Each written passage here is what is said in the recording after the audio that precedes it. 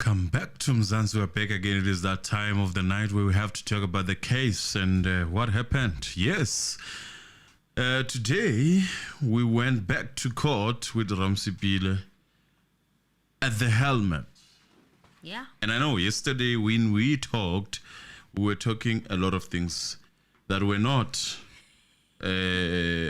sweet to him. But I mean, that's the gist of the story when it comes to this case.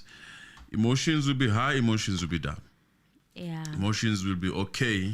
You'll agree, you'll disagree. You'll agree and disagree. Won't agree. We still stand on that feeling now, but today it was a bit better than what we really saw initially with him. I mean, there was a bit of a direction, and how see things. Baloyi at the end there, introducing Absalom Zungu's statement. Oh yeah, he did. He did, and you see, the funny thing is, most of the things that I was complaining about, and I'm happy that there was a bit of confining that was happening. Most of these things, they're going to be introduced by the defense. Baloyi did introduce them without any person coming to testify on them and actually collaborate the story. Relying on that eliciting information Yeah, from the yes. witness. That's why I said there's Then a trap. It becomes a fact. That's why I said there's a trap, and if you fall on that, you keep on falling on that trap, you will end up helping Baloyi bring everyone. Let's make, for example, one situation, which in a normal court could eventually, in my opinion, end up nullifying the whole statement of Senzo Zungu, Leshabane. There was a use of Leshabane in that statement a lot. Yes. Other than the fact that Gininda is now denouncing the fact that, I mean, what Senzo told us, that there were notes when he was writing that, he's just blindly denounced that theory. Forget about that, which then contradicts itself on its own. The fact that there was a bit of, not even a bit, there was a lot of talking about what Leshabane said, and Baloyi promised to call that Leshabane. And now it's as if Baloyi calling Leshabane was just going to be another witness being called for something that Baloyi promised to call Leshabane because of hearsay evidence. Yes. But now he's being asked, and it's okay when he says, I'm going to give it to the defense. It's fine. But what about all this information that you have elicited from Senzo Zungu without anyone to come and prove it and say, yeah, this happened, the whole statement?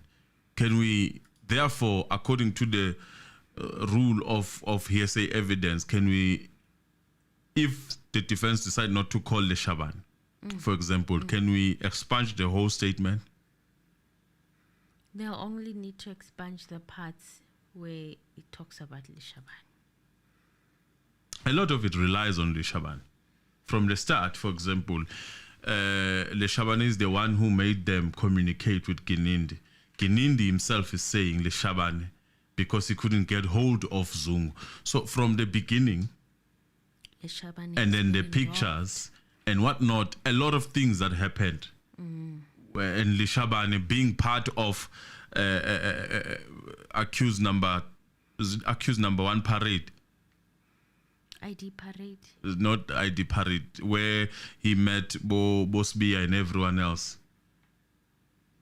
Leshabane meeting with Makubu. There's that statement, that whole statement. When accused number one was saying that there was a time they met with Leshabane and Bia before they arrested him for the first time. Yes. Oh, I remember that part of evidence. Yes. So now it's all well. And Ramsey was like, okay, we're going to call this one because you are availing this witness to us. But I'm worried about, maybe this is a trap that everyone falls on it in that court. I'm worried about trying to denounce the theory without actually following the rules that Baloyi is adamant is going to follow when it comes to anything that the defense is doing.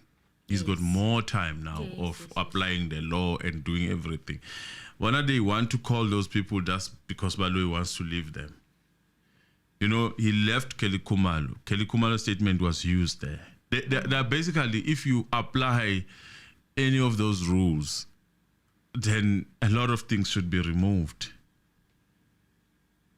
The cell phone issue, for example, is still a hearsay evidence. Because Kelly has not come and say, I lost the phone. And Baloyi said, no, I'm not calling Kelly. Leshabane also being part of that case. That was now we have Absalom that is going to be called by the defense also being main part of that. We have Simpiwe, who has allegedly passed away according to Guinea. Simpiwe Buteles, who implicated Ntanzi in some of the cases. And the story started building up to that, which is a hearsay evidence that now is made a permanent evidence, in my own opinion. It's working now. It is, Gininda is using it. So if we say, okay, do away with people who have passed away, as we've done with the Ngashe Fad, why is the Ngashe statement made to be this threatening thing that is not supposed to be talked about, while the status of Ngashe is the same as Simpiwe, is the same as the Makeleni? Yes. You know, but those two have been used to solidify this case of the state, while on the other side it has not been the case. What Ramsipili normally say, what is good for the geese is good for the gander. Is good for the gander. Unfortunately, that's not the case. That is not the case. Well, another interesting thing is that when Babu Ngache's son was testifying, they kept stopping him from commenting on what his father said on that night. Exactly. And he'd be like, that is hearsay evidence. Exactly. That is hearsay evidence. Exactly. That is hearsay evidence. However, when it comes to Brigadier Gininda, everything goes, all the rules are just out of It's okay. When it comes to Baloyi and Gininda, all is okay. They can talk about someone who has passed away and give evidence on behalf of that person. And what I'm seeing is that a lot of what they deem as evidence is reliant on people who have passed away. Gonna show up in that court. Some of them have passed away. Some of them are not even gonna show. They passed on a chance of calling them. They don't want to call them, but they are relying on their evidence. And that's where the defense, I don't know. Falling into the trap. I would say it's Ramusipili currently. I don't know about how. No, it's not only he. It's not only, I don't know. I don't even want to point fingers, but I feel as a whole, defense is falling on that trap of bringing, I said this thing is, that's why I was pissed. What they are doing is, they are, how would I put it, authenticating the statements that are there, like Kelly's statements, going to be helped by the defense because they're going to call Kelly. There are a lot of them, man. Even Absalom is going to be called by them. Yes, Absalom. So now I don't understand which one is which. The defense wants to prove the theory otherwise, but they seem to be ignoring the so-called rules, if it's rules or the laws or the principles that are supposed to be applied. R versus Hepworth is gone out of the. No, it's gonna. The judge is not even gonna remind them. The judge is not gonna say anything. As long as the state is done. No reminding, no nothing. In fact, the judge will even assist in bringing that evidence. He will drag that evidence by remembering one word that was said at some point, in a manner to say that this thing has already been said. In any case, we have already touched on this thing. And he does that a lot. Yeah. When he says, I remember, I know. He's doing exactly that, bringing everything that he needs to bring to make the judgment for him. Whether the person has passed away, whether the person is still alive, it does not matter. Do you still share the same sentiment that Ramasipili should finish? Look, I was what he touched today and how he touched it. Yes, he still leaves some of the things hanging, but now this is, we can call this one laying the basis. You see, yesterday I didn't feel like we were laying the basis. I felt like we are assisting the state to get approved with certain statements. And what I also liked about this one is that whenever Brigadier Gininda would now dabble into other things, he would remind him that I'm not there yet. Like, for instance, the confessions. He would tell him, I will cross-examine you on confessions later. There's no need for you to go all the way. Yes. He did, honestly. Today, it was laying the basis, yes. Now, today, I can agree. Today, he is back to what he has been lately. Yes. That's how I can put it.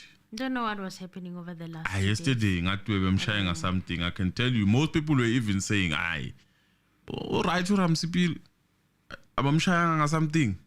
You know, and honestly speaking, I also heard him complain about the sound of the aircon and the wind. He said maybe it was affecting his performance. I don't know, but there's something, man, that was happening to him in that court. I don't know. I can't describe it. It was like a sudden moment of confusion, and you know, I'm not one to speak on such things, but they do happen. Yeah, you know, yesterday, I was not happy, and I'm still not happy about yesterday. I mean, the day before. I'm happy about today. I'm okay because he was careful. Let me put it like that. Yeah, he was careful. He was alert. He was alert. You know, he was not letting Ginindi speak. And then people are saying, "Hey, Ginindi, when he speaks a lot, is entangling in." Is actually entangling himself, and I don't believe that. As much as I don't think he's gonna be a best lawyer in my opinion, but some of the things seem to be practiced. That's what you are forgetting. Even how this so-called people being called and people not being called, people being touched, people not being touched. That thing is a proper advice from, in my opinion, a lawyer.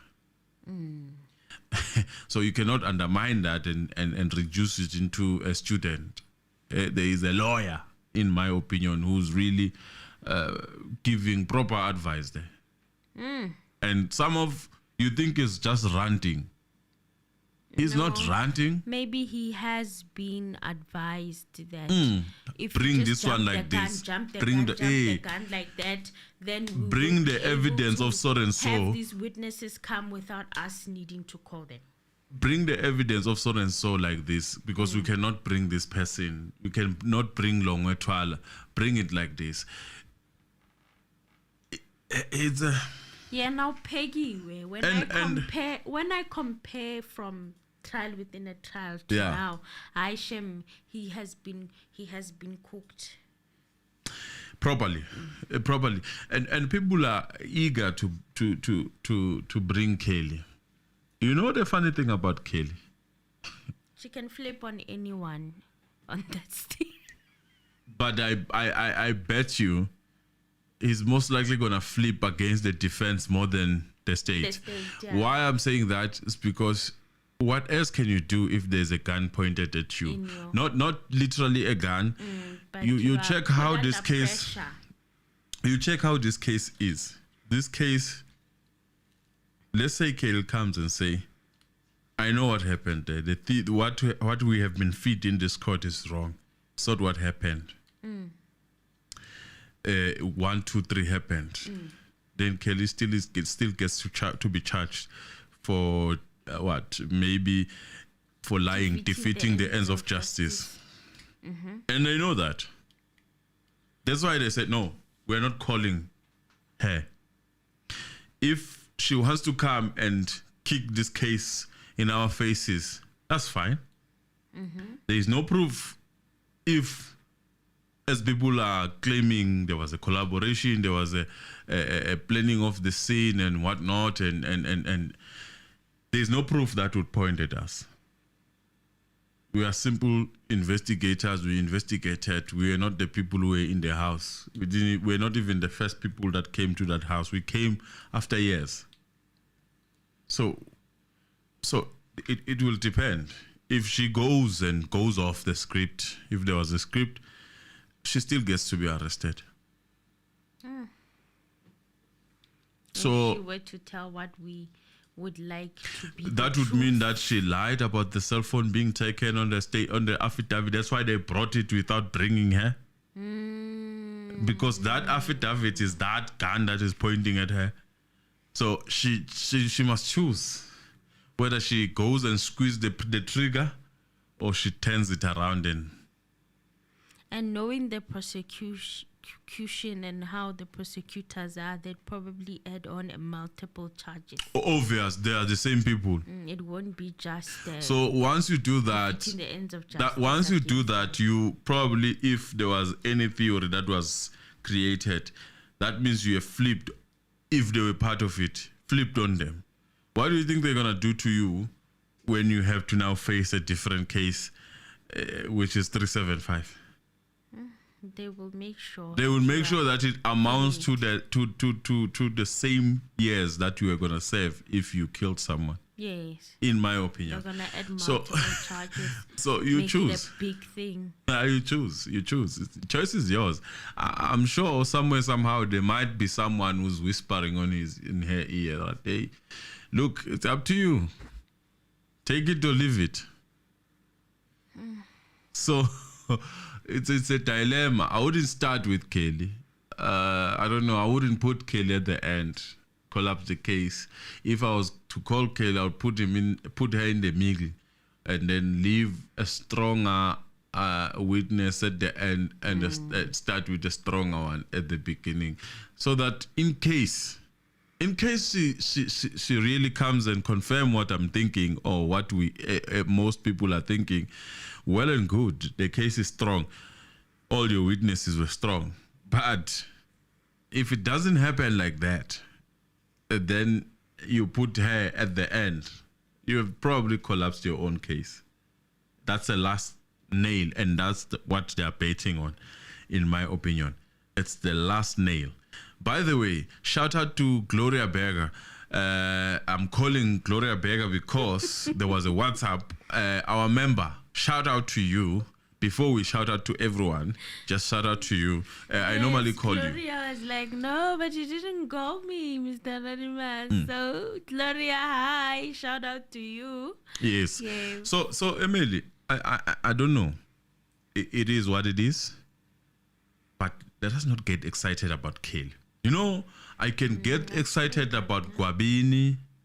I can get excited. You know, people that, in my opinion, I would call this Buthelezi guy, the other one who's still alive, who's in jail, to clear up the issue of Kas, the Nongoma Kas. Yes. I would call that guy, because I don't think, if you remember very well, this is the guy that I think accused number 5, when they were refusing to be on the stand, they were talking about. Yes, so whatever reason, for whatever reason, that thing did not materialize. So that means that's a difficult guy to convince. So I would choose that guy. I would bring that guy. And Gwabini, if he can be found. Gwabini is definitely the person that, in my own opinion, is a game changer. He's a game changer, because no one knows, in my opinion, where he is. You know, it's amazing how his name has been on the tip of Brigadier Gininda's tongue for the longest time. I mean, yes. At some point, he was confusing accused number 5. Yes. And I've been wondering to myself, why is he calling him Sifiso? Yes. Why is he calling accused number 5 Sifiso? Sifiso Guhlentuli, Sifiso. And I'm like, Today it made sense. It made sense why this name has been at the tip of his tongue for this long. But with all the respect that I have, and I'm going to say this with utmost respect, just building up to the video that we must do about Mapiri, the so-called Mapiri's voice. I wouldn't call Mapiri if I was the defense. Nah. No, I wouldn't. It's no longer crucial because I wouldn't. right now it feels as though these people who are supposed to be state witnesses, can we say that they have not been Briefed? You understand what I'm No. saying? No, you cannot. That's what I'm saying. Don't bring a lot of those people. I wouldn't call Mapiri. I would stay away from state witnesses. I wouldn't call Mapiri. Let me put it like this. In my opinion, everyone that could have came with a theory that is probably different is no more, in my opinion. If we are still alive and kicking, then that gives me more reason not to trust you. So I would never do that. I would bring some of those people, but not all of them. You know, there was an allegation of a Sangoma who was beaten up. I would bring that Sangoma. You know why? That would be an interesting. I would bring that Sangoma. You know why? If that Sangoma is still alive, I would bring that Sangoma. Why? Because every time her name has been called, there has been a lot of uneasiness in that court and a lot of shutdown. Don't talk about that. There's no such. There's. Yeah, I'll bring that Sangoma. She's the one I'm curious about more. Yes. As to what happened to her statement, number one, because we know a statement was deposed from her as well. You see, Absalom Zungu, I would bring him. Definitely bring him. Yeah. Why would I bring him? One thing that I've learned about our forefathers, they are very smart, but also they've got conscience. So I would bring that man. And upon bringing him, I wouldn't just go through or brush through the evidence. I would take time. For each of these people, they must take time. Why I'm saying this, the more they stand there, the easier it is for you to break them. So whatever briefing that might happen, it would not amount to a lot of distraction. It would just be a couple of days. Then after that, you probably, like for example, Butele's situation with Ramsey Bill.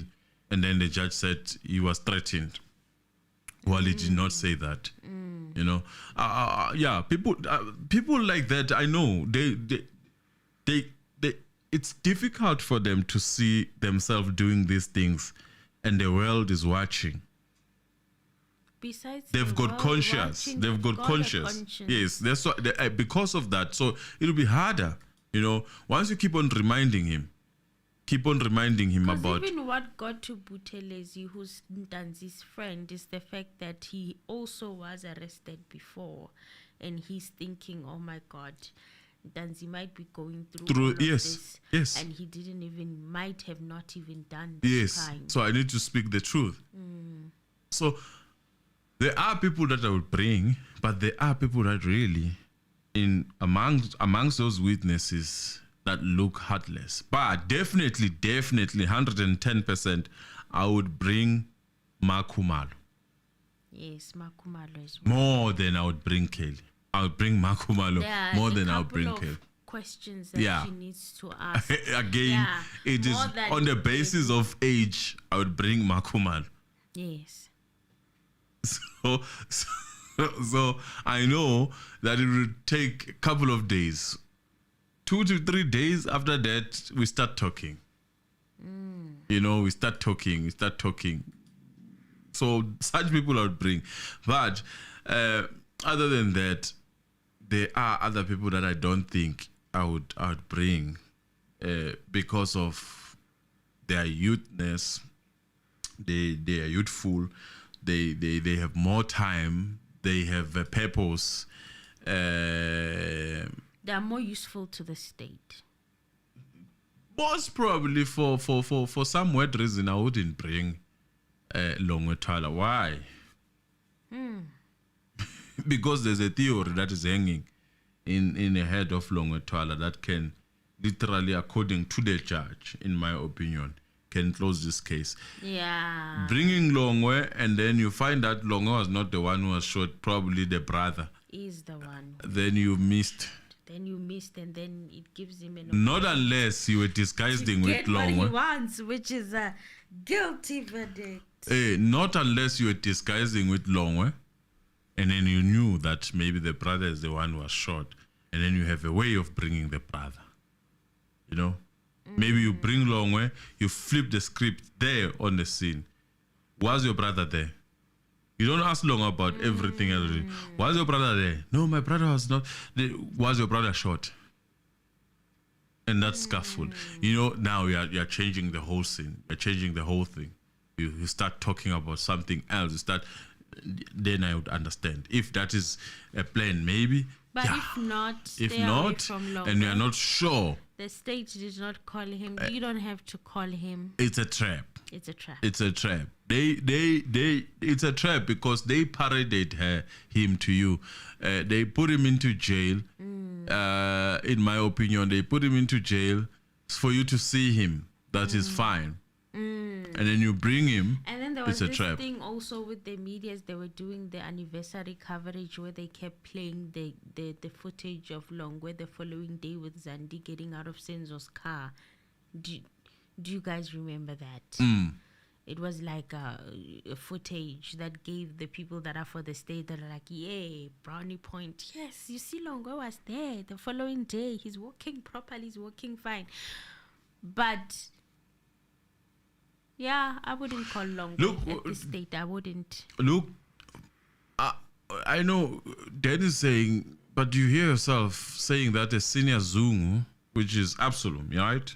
Honest about anything while he lost the same relatives and Zungu's son to accused. 5. Listen, there are a lot of factors that I looked at. I don't think, for example, Zungu, the other Zungu stays Newcastle. I think he stays that side of Nongoma. And as much as you would think of accused number 5, well and good, there are other relatives that are there in that case. As much as also he may be angry for his own personal reasons, but as angry as you are, would you want someone who doesn't or who's not affiliated with the crime to go down just because you're angry? I would bring that man. You might be surprised, in fact, that he's not the author of that statement. That's why he was not called. In my opinion, you might be surprised. I mean, that's my opinion. You might be surprised. What if they make him take ownership of the statement? You know, maybe the man is sitting there, upegeli inkomo, agazi next enzakalayo. Next thing, he tells you, what? What are you talking What are you talking about? Like Ubaba Lion, You know? Zwani. I would bring him. Athi ya, ngiyakhumbula wena. Asho kumkhola. Ngiyakhumbula, but then when he has to recognize me, athi umfana kaSibiya. Right, let's go through what happened in that court. So yeah, a lot happened yesterday, but I'm gonna try and go through it as quickly as I know how. So Ramsipili started with asking Gininda that when they paused yesterday, he had placed a version that was put by Constable Zungu regarding the involvement of his father in the following terms, that the only involvement that he talked about was that you wanted confirmation from an elder from his side to confirm what he knows the accused before court, especially accused 1 and 2. And that's where he now involved his father to come and confirm that they are related to accused 2, 1, or both. He didn't mention his father as the source of the information that you relied on to tie accused number 1 to this case. Gininda said that he was not here when Constable Zungu testified, but after he assisted him to meet his father, that's when he interviewed his father, and he was not in that office. So he was saying that Zungu was not in the office while he was interviewing Zungu's father, and he said he excused him, and that's the first part. Wait a minute. Let's clear this thing of Zungu. Let's say there was a theory of what people are currently saying, anger and whatnot. This is where now you will need accused number 5 to come forth and play his part. I mean, which is telling us if there's such a narrative, if there's such a thing. And if there's such a thing, then it should become part of the questions. Do you have any reason to hate any of these accused, or to have anything personal against one of these accused, or any of these accused, or all of these accused? That's where you start. Do you guys have history? Because we are discrediting. And the main point is the person who's an author of that. If you don't call that person who created this whole ruckus, what else can you do? Because right now he's the only link that you could say is the one that's tying to the pointing of both accused. You need him. 2. You need him to that court. Whether he's going to collaborate, he's going to practically useless. Bring him. What makes him useful is him being able to have placed himself at the hostel on the 26th of October. That's literally what's still left with Zungu. But everything else is hearsay. Bring him. So he said that secondly, after obtaining the statement from his father, he said he did not discuss what he was going to do insofar as the investigation is concerned with Constable Zungu. He said that there was no need, but there was a meeting, and out of that meeting, that statement from Absalom Zungu was then taken. He said he did not discuss as to what he was going to do and what he was relying on, and the only time when he had engagements with Constable Zungu was when his name was cropping up as he was obtaining statements from witnesses that he was there on the 26th, and that is when he now approached him, and subsequently then he made a statement to that effect. So here Brigadier Gininda is practically saying that he's the one who approached Zungu, because from the other witnesses prior to Zungu who he had spoken to, they are the ones who linked Zungu. So then Ramasipili asked him, and you say the 2 witnesses that you mentioned were in Zungu's presence at Basutung Hostel on the 26th of October 2014 were Makosonke Zungu and Gwabini Zungu. And Gininda said that that's correct. He said the statements are in the docket, and he was willing to go to the statement to verify that. Ramasipili then asked him, how did you come to know about Makosonke Zungu and Gwabeni Zungu? And Gininda said that during the course of the investigation, after obtaining confessions from accused number 2, certain names were mentioned where they met. That was mentioned even when Gwabeni's name one had to follow in collaborating the affidavit, and that is how the list came up of those witnesses. So Ramasipili then asked him, are you saying in HH and JJ, those were the exhibits, confession statements of accused number 2? And he said, are those where the names are mentioned? And Gininda said, no, he doesn't think Makosonke was mentioned, but Gwabeni. As I said, because the scene, the address of Basutun Hostel was mentioned in collaboration You visit Musa's places and the name that are given there, and that is how Gwabeni, whose real name is Fiso Zungu, was then found. And then when he gave his statement, he mentioned the other people that were present, even Simpiwe. He said he could mention that in the confession of accused 2, he mentioned Spiwe or Simpiwe. He said, I think Simpiwe Buthelezi. That Simpiwe Buthelezi was mentioned, and through that investigation, you get names of people who were present, and that is how these witnesses were identified, approached, and subsequent to the statements taken.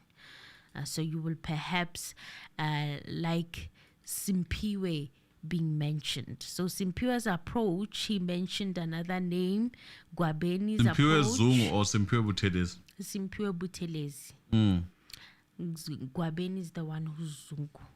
Gwabeni's approach, whose real name is Fiso Zungu, he confirmed that indeed all the 5 accused were there, but he mentioned other people, including Sizwe Zungu, because that's what made him approach him. Sizwe Zungu is Zungu, the Zungu who testified with the typed statement and all of that. Because Sizwe Zungu, there was no accusation that labeled against him except to say that he was present. So that is how these names came up. So none of these people that have been mentioned here have came physically to testify. Except for you know, in my thinking, I'm starting to think they never wrote those things. They were typed as usual, in my opinion. Now they cannot collaborate and they don't want to be part of this thing. Everyone who has not been called is questionable. Everyone who has not been called is a weak link, in my opinion, of that state. Check how they say they talked to Leshabane. After discussing, they dropped him. Why? Why? Because after hearing that name, I think that guy is not budging. Leshabane, ne? People who are dropped are not budging, in my opinion. Leshabane. Well, I'm gonna throw in a rumor, an allegation here about Gwabeni, the witness that the state allegedly cannot get a hold of to come and testify. So to me, when I speculate in this situation, it looks like he was the original witness who they depended on to place these accused at that scene to testify. So what I'm getting a vibe of here is that Zungu literally took Gwabeni's statement, this is me speculating, and placed himself Yes. in this Gwabeni story. It's a vibe that I'm getting. And perhaps this statement was not written as it was. Maybe let's assume that Gwabeni was with one of the accused. And then the statement came with the exaggerated part with everyone. And he's like, no, I'm not patching. That's my thinking. Because it looks like he was the original witness, but somehow it ended up being Sizwe Zungu, who is, hence everything was confusing at the beginning. They were confusing the names. Gwabeni. It was a mess when Zungu read that statement. It was like he doesn't know what is going on. That's what I'm saying. Like it or not, bring that father. Don't speculate. Bring the father. Whatever the father has, because that's the place to release everything. So then Ramusipele asked him, the reason why I'm asking you whether Gwabeni is mentioned in JJ or HH is that accused 2 will come and tell this court that he does not know Fiso Gwabeni Zungu. And Gininda said, if he is then disputing it, can we go to the exhibits to make it easy? Because I seem to recall that he mentioned it.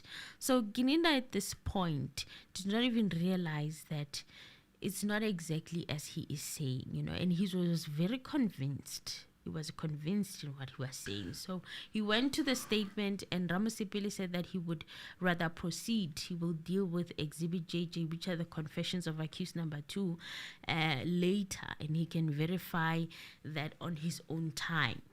Okay, so yeah, to me at this point, I could tell that I think Brigadier Gininda here doesn't know the contents of the confessions to the team. Everything for him was confusing. Yes, he confuses the names that popped up in accused number 1's confessions and saying they popped up in accused number 2's confessions. So it was very strange. So Ramasipili then said, you said Absalom Zungu's statement was taken on the 17th of November 2019. Gininda said yes. And that of Constable Zungu was taken on the 30th of May 2023 while this trial was underway. Gininda said yes. Asked when he met Constable Zungu, and Gininda said it was much earlier. He doesn't think he gave the date to it. The circumstances was that he went to the office of the National Commissioner.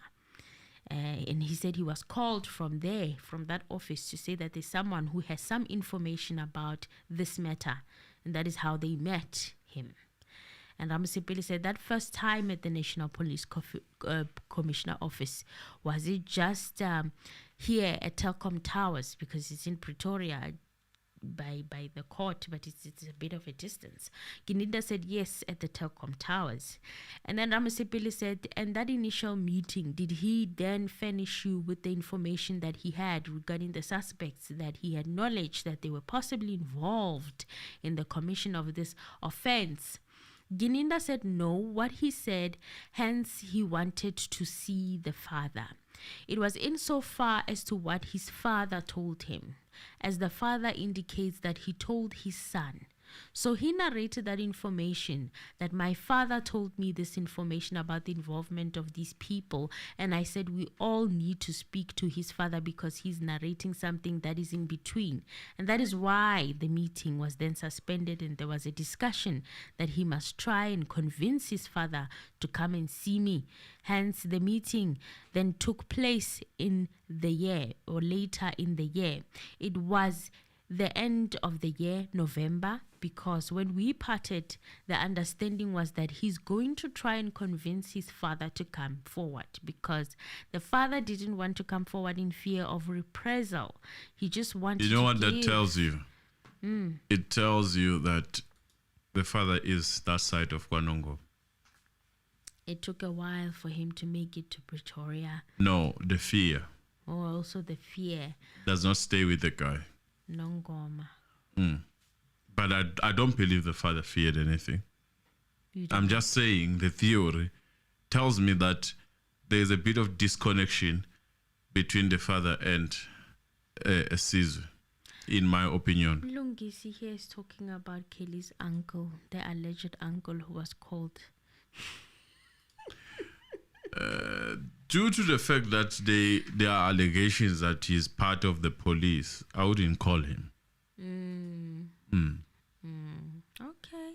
So he was just wanted to give the information and hoping that they could carry on with it. Brigadier Gininda said he said to him, you are a police officer. You understand such information needs to be confirmed by the person who told you. Otherwise, it is just going to be hearsay. And hearsay, my lord, and I'm like, it's still hearsay because Kwabeni and Zungu and Bekiseni are not there to verify Zungu's claims, okay? And now it makes sense why Zungu had to place himself somehow at Basutung Hostel on the 26th of October 2014. With a state car that doesn't even have AVL. And why the statement was typed last year before he just came to testify. I mean, if you're saying you had this conversation with him prior, it's a change of hearts. It's a change of hearts. One would expect that you see the theory that you put that says it could have been the main character could have been Kwabini, the original Kwabini, because they are both Kwabinis in any case. And then there was a bit of change of heart, and I think it happened around that time, in my opinion. I would assume if there was a change of heart, it happened around that time where people are like, no, not going on with this thing. And then they had to find someone who wanted something in return. And I was like, oh, okay, that's my theory. That's my theory. And then it's a speculation. It's my theory. I'm just hypothesizing this thing. And then man, scratch my back, I scratch yours. In my opinion, that's my theory. It's giving very much that, in my opinion. I'm feeling that vibe that no, man, something's not adding up here, And you can even imagine the drama around that whole typed statement that was typed as trial was ongoing. And on top of that, the fact that he was even told that he can go to KZN. He had said that his notes or whatever he was using to make his affidavit or statement was in KZN. And he had to go there and travel and go fetch those notes. And then he comes back and say, no, actually the notes were shredded in Brigadier Gininda's office. You understand? That whole drama just to find a trace, because he had said he first talked to Brigadier Gininda or the people that are high up in Senzo's case in as early as 2018, according to his testimony, 2018 or 2019. But there's no statement, there's nothing from back then. He comes in 2023 and then there's a typed statement, not even written in his own handwriting. It was very strange. But now that we're putting the pieces together, this is what we see. This is what we can best come up with.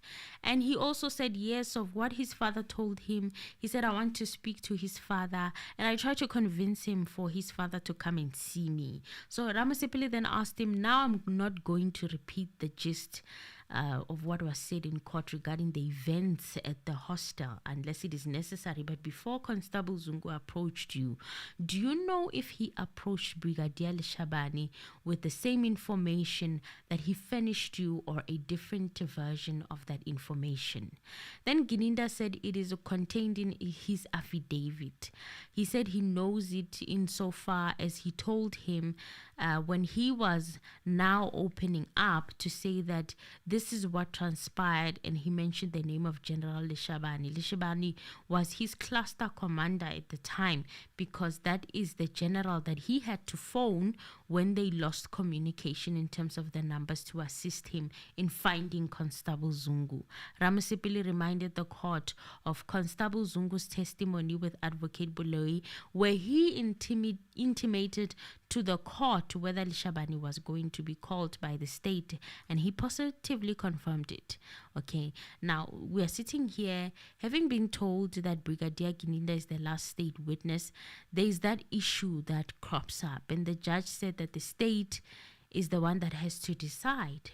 Advocate Baloi said that they did consult with Major General Leshabane, and subsequent to that communication Ramasipili was referring to, they have decided not to call General Leshabane, and they will make him available to the defense. This is a trap. This is another trap. The defense should not call Leshabane, in my opinion. The state wants the defense to confirm this hearsay evidence of Zungu for them. And then he will use that thing he used on Ramasipili the day before yesterday to say that they are the ones who solicited hearsay evidence. So for them soliciting hearsay evidence, it will remain on record. That's the technique here. So General Shabani, he's off the hook. Because now I'm seeing that Zungu's statement is nothing but hearsay evidence. Sizwe, I'm just going to say S to whatever that you said. I'm not going to say a lot, just S in my opinion. But yeah. And another thing that we are forgetting as well with regards to Zungu's testimony or statement and how he had placed himself in the 26th of October and seeing whatever he was seeing. He mentioned about Gwabeni shooting somebody. And that person that he shot, I think we even did a video on it. Allegedly, they passed on in 2018. So how would he speak of that person and implicate that person who had passed away in 2018 and speak as if that person, Gwabeni, had confessed that we shot this person and we threw away the weapon in the river in 2014. Yeah. And that same person in 2014, they were still in high school. They were nowhere near Vosloorus. They were still in high school in Nongoma, if I'm not mistaken. Yes. So those are the issues that we have for those who will be like, oh, but this is the reason why we don't believe Zungu's hearsay evidence. It is very spicy and it's full of a lot of things. So Gininda said that they had challenges with Constable Zungu's father, Absalom Zungu, because he was scared. Fast tracking towards the date of the 17th, he decided to try and call him, and there was difficulty in trying to get a hold of him on the number that he gave Brigadier Gininda.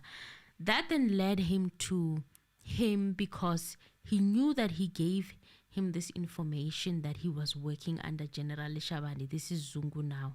And he was tracking and tracing. And he said, I remember that, Zungu told me that he's working under General Leshabane in that cluster in Tembisa. I then phoned Major General Leshabane, who confirmed indeed that such a member works for him. And then arrangements were made for us to meet.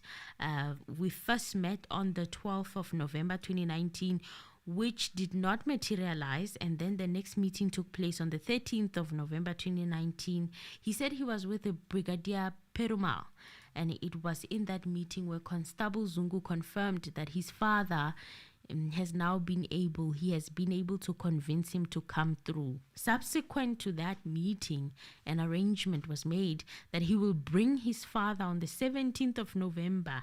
And indeed, he brought his father, and that statement was taken.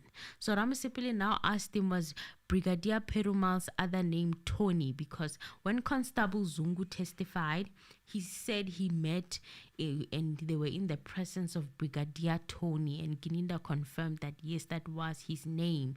Perumal is his surname. So Ramasipili then asked him, now you meet up with Constable Zungu in the presence of Brigadier Tony in Captain. Is that the time he tells you that he got information from accused 1 to 5 and that they are involved in this matter? Gininda said no, he doesn't recall that. The sequence of events, as he said, the purpose of meeting him there was to do the follow-up with the father. And he confirmed that he convinced the father. Subsequent to that, then an arrangement insofar as the father, in relating to the information that affects accused number 1 and 2 is concerned, is confirmed that the father is willing to come forward. On the 17th of November, the father did come forward and a statement was given. Then the analysis insofar as 1 and 2 started at that stage that he had no knowledge of 3, 4, and 5. And after accused 1 and 2, he then approached an interview started as a result of the confession of accused number 2, 3, and 4, and 5. They came into the picture. Then further investigations were done. That's when he found the likes of Sfiso Zungu, Makosonke, and all the other witnesses. So he is saying that Zungu did not confess to him earlier around that 2018-2019 period that Zungu had said he gave away the information that he knows the accused.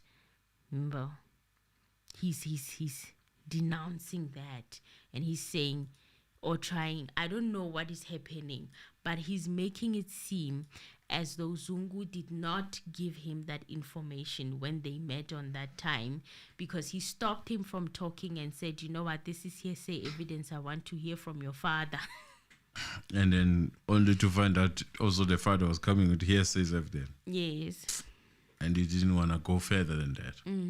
He made it a statement. And then you called him later on. So Ramasipili then said, when specifically regarding the information about accused 1 and 2's alleged involvement, did you obtain a statement from him? there then regarding that information that Zungu provided you with. Gininda said no, he didn't see it necessary. He was telling him about the father. It was hearsay. He said he was not privy to that information directly. That is why he wanted the father to try and close. And where would that statement take him? That's why he insisted that he needed the father. Then Gininda said what he also forgot to mention when Ramasipili asked him what he knew when he was talking to Constable Zungu and his father was about accused 1 and 2. What was also contained in the docket is what he knew, and he had not approached the suspects in that as the docket is concerned. Accused number 4, cited by the previous investigating team. Now he randomly brings in accused number 4 out of nowhere. I don't know. How was he cited by the previous? I don't know what he was talking about, but somehow he was squeezing in accused number 4 and hammering hard on accused number 4 and just putting him and placing him for the sake of just placing him there. And I even saw Nongoma was upset. He looked angry. He looked irritated. He looked disgusted, honestly speaking. It was just his facial expression said it all. It's time to work. Yeah, I think it'll pay me. Yeah, so it's time to work. Yeah, so you know why they bring accused number 4? Why? Because they do not have things to hang on when they are asked as to how they linked all these people. So now accused number 4 is a common factor between the previous investigator and these investigators. All Gininda is going to claim is that I was able to find the rest of the people that were in that house. That's what he's trying to do. Yeah, it was just so random. It just came out of nowhere. I'm listening to him explain about accused 1 and 2 and how Zungu implicated them as the suspects. I'm trying to find my way. And then all of a sudden, accused number 4 is cited by the previous investigating team. He was once a suspect. They pursued him but didn't make a headway. And that information was coming from the father of the deceased. Senzo Meyiwa's father. Yes, Senzo Meyiwa. Hey. Yeah, they are sure, man. That accused 4 may be involved, but that investigating team. How did you know the guy? Linking him because Fiso says, I don't even know these guys. How did your father know the guys? You know what I'm seeing here? It's Operation Link people that cannot come and testify. Yes, that's the problem. That's really a huge problem, because the family, from saying there was a call from Tumelo to our Sbar. Yes. And then the family now says, no, we believe that there was an intruder. The family that didn't believe there was an intruder is saying now we believe that. Senzo Meyiwa is the reason why this whole intruder theory fell apart and it was shambles and crumbled. It crumbled before 2018. That theory crumbled and crumbled because Senzo Meyiwa used to do interviews on the radio, and he would say directly that Longwe is the one who did it allegedly.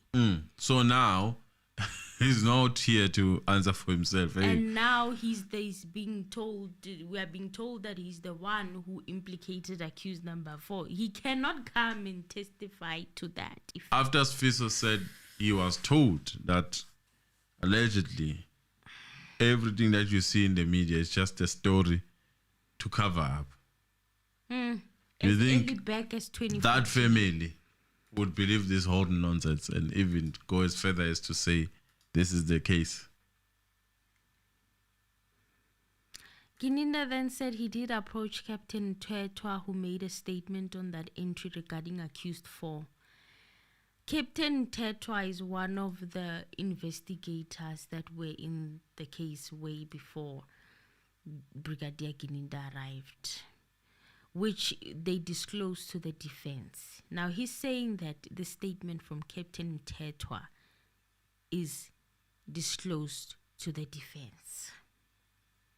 So Ramasipili then asked him, Brigadier Gininda, I think you misunderstood my question initially. This is how Ramasipili was back in his game, because it's almost as if he was watching yesterday's broadcast, It's almost as if, but I doubt he did because, time and stuff. But then he got back. He did what needed to be done. And he reminded Brigadier Gininda that I don't think you understood what I was asking you. He rehashed everything. He said you were waiting for Zungu to convince his father. That's the thing right here. He was asking him about Zungu's father, and then the next thing, Gusquiza in about accused number 4. Do you guys see what Brigadier Gininda does? This is his technique, and only a lawyer could have told him about this.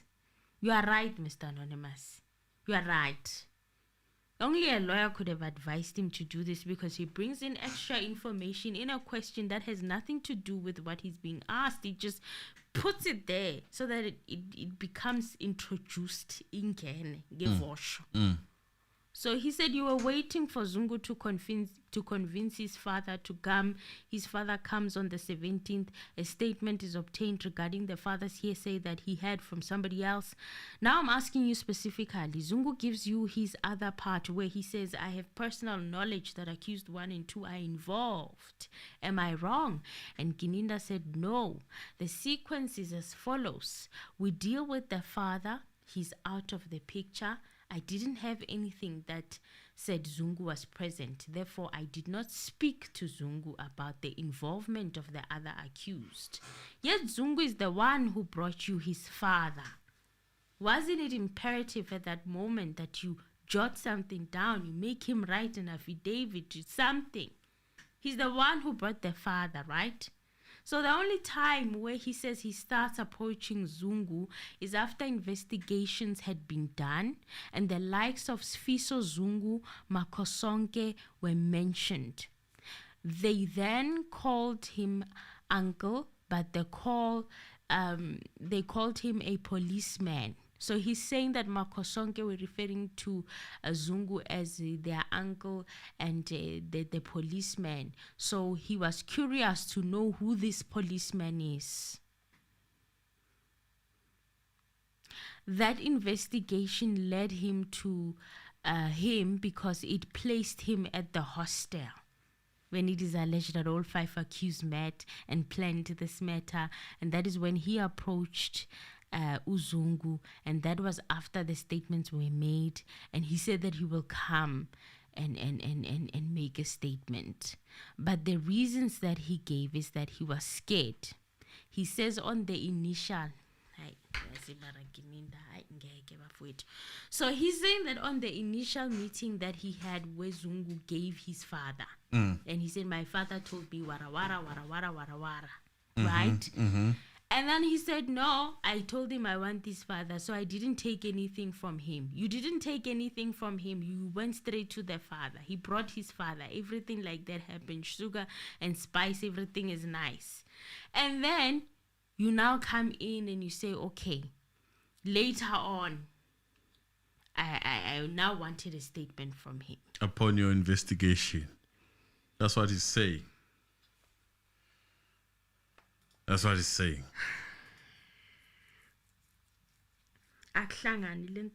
So, guys. It doesn't Ntanzi never talks about Zungu, Sizwe Zungu. No. The father never talks about his son being there.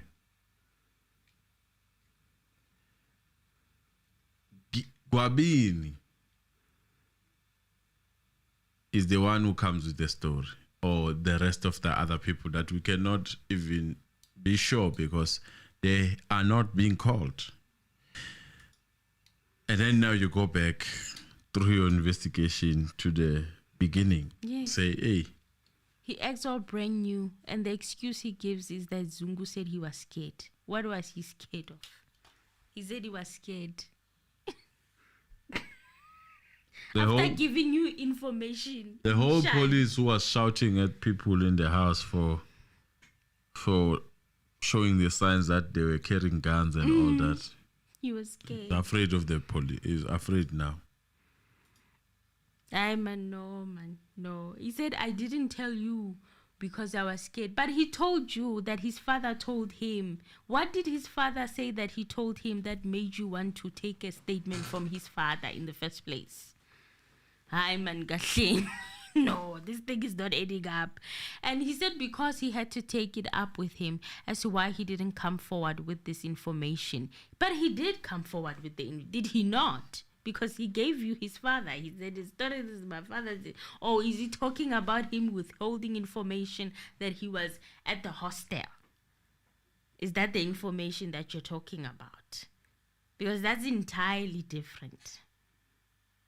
That, to me, my interpretation and speculation is to say that you couldn't hold him with the initial information he came with to say that he knew the accused, blah, blah, blah, and you believe, or he believed that they had committed the offense because that was hearsay evidence. And then you were like, no, Gwabini maybe is not working out. Let me go back to Zungu. And then with Zungu now we have to add something that will link him. And that is when we place him at the Basutung Hostel on the 26th of October 2014, right? So he said that is contained in his statement and that he gave information to the general that he said he would not like to repeat. And because of the manner in which he was treated, he was scared. And when he was approached, he told me his involvement. So, for a moment there, I thought that he would say Zungu was scared because he was with the alleged hitman, and he is a cop. But no, Brigadier Gininda was creating an impression here that Zungu was scared because of the meeting he had with Warrant Officer Makubo and staff, where Warrant Officer Makubo told him in his face that he was lying. Allegedly. So Gininda also said when he told me about what he knew, he included all 5 of the accused. He didn't tell me about 1, 2, and then later 3, 4, and 5. Oh, well, guys, just please press the like button. We are on 176 with 422 people watching. Guys, please press the like button. After this, Well, Ramzipili said that when he told you about this, when was it? And Gininda said at the time we took the statement.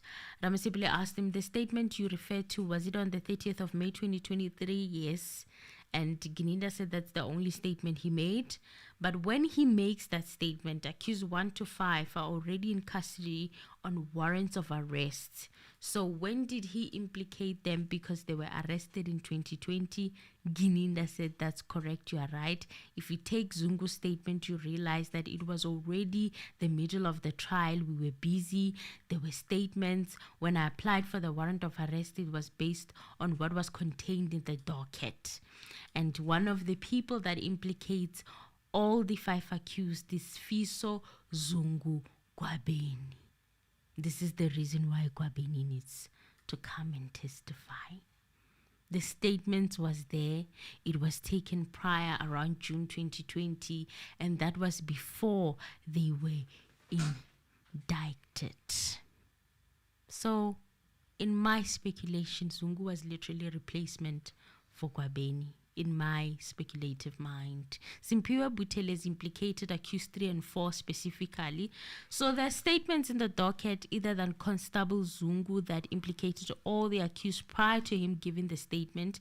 Gininda said that there's also a gentleman from Rustenburg now, who implicated accused number 4 in terms of the interaction that he had with him. So there's now a gentleman from Rustenburg who implicated accused number 4. Initially, it was Senzo's father who implicated accused number 4 in the previous investigation with the previous investigation team. And I started to notice that, you know what, this is sounding like an obsession with accused number 4 right now. Like, it's sounding like you need to place him. Is it the pressure of the people or the court of public opinion asking, how is accused number 4 in there? You know, there has to be an answer as to how did he land in there, because so far there was nothing up until now. And he said that he's looking for the statements that were made prior to Zungu and the application of the J50s.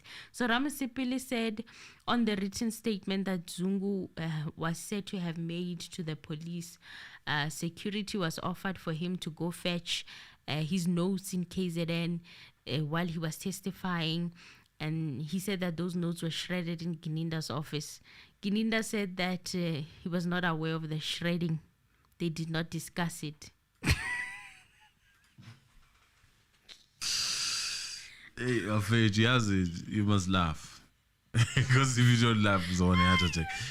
Honestly speaking, they did not discuss it. That is as honest as they come. It was not discussed, that thing. Chief, we never discussed those ones. You see, that cooking, you're on your own.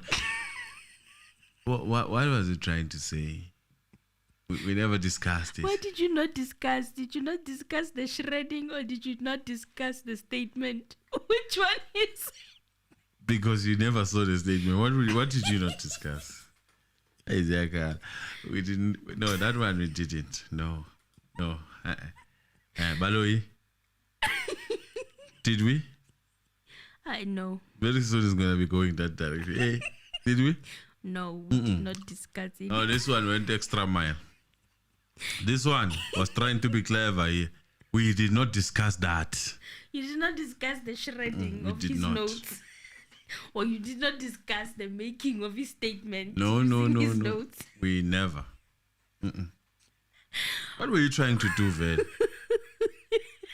Shredding of your notes. What is that now? What am I supposed to say?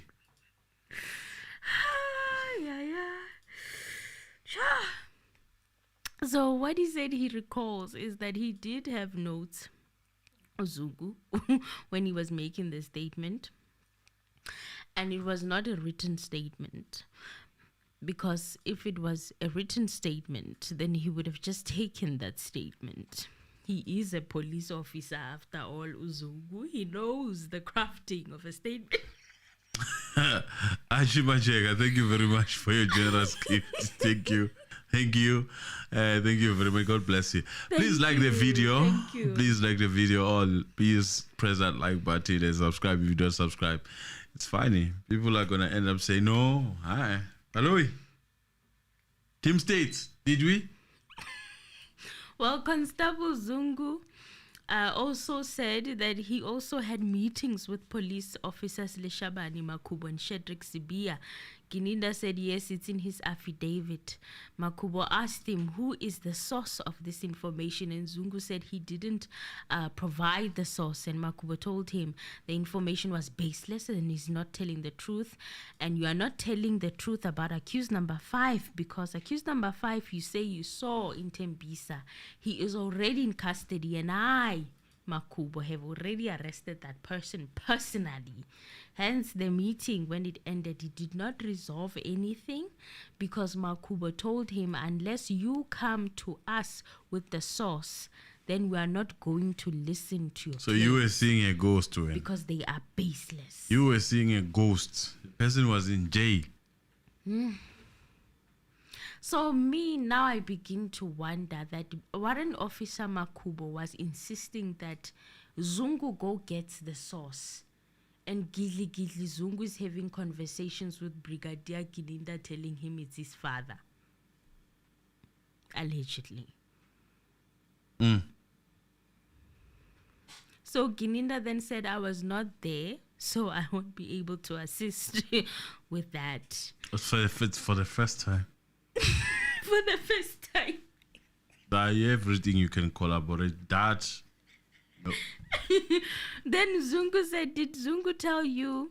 Ramasipili said, did Zungu tell you he had a further meeting with police officers Makubo and Joyce Butelezi? Gininda said he does recall that, but what he told him is that it is contained in his affidavit. That's their interaction. Gininda confirmed also that he took statements from Gwabeni Zungu and Makosonke Zungu, and he said that he will have to recall who else was there at the hostel. He recalls Jack Buthelezi, but he is not sure as to whether he was there at the hostel on that day. He added that there's a couple of statements that they collected that implicate the accused. So one would have to see if they implicate them on different days or on that specific day, because others made confessions. For example, the one of Jack Buthelezi, which relates to Mr. Ramasepele's client. There's others that it's alleged that a confession was made about accused number 4 to a different individual. A statement was taken as to where these individuals one would have to look. So Ramasepele then said the evidence of Zungu is already on record, so he wasn't going to read it on record and invite him to comment on it. And I was like, yes, Ramasepele is getting with the program. Yes. He's doing it with kindness, though. But yes, that's exactly what you need to do. And then he said you testified that accused number 2 was arrested on the Nongoma case 163 of 10/2018. Gininda said yes, but Sergeant Mohan and the late Sergeant Mabena are the ones who arrested him for that case. And Ramasepele asked him, do you have knowledge as to who the suspects were on that case? And Gininda said that he knows, for example, Qiniselani. He's also nicknamed Makimbi. He's the one of the suspects. His name came up on the confession of accused number 2. That's the part where he was trying to mislead them to say that Qiniselani was with him as well as Marco, and they followed it up. Therefore, this Qiniselani who gave a statement to them, according to them, was a suspect in that other matter of Nongoma. He's actually a convict now. He's convicted. This is the same case that they initially claimed to have arrested Ntanzi for. They were saying it's a Nongoma case. Upon this cold case unit team, Gininda in particular, upon his team stumbling upon this so-called evidence that is linking accused number 2 to Nongoma case, did they call the investigator for Nongoma case? No. I would assume My assumption is nothing was communicated. Makes sense. I am very interested in how they linked him initially.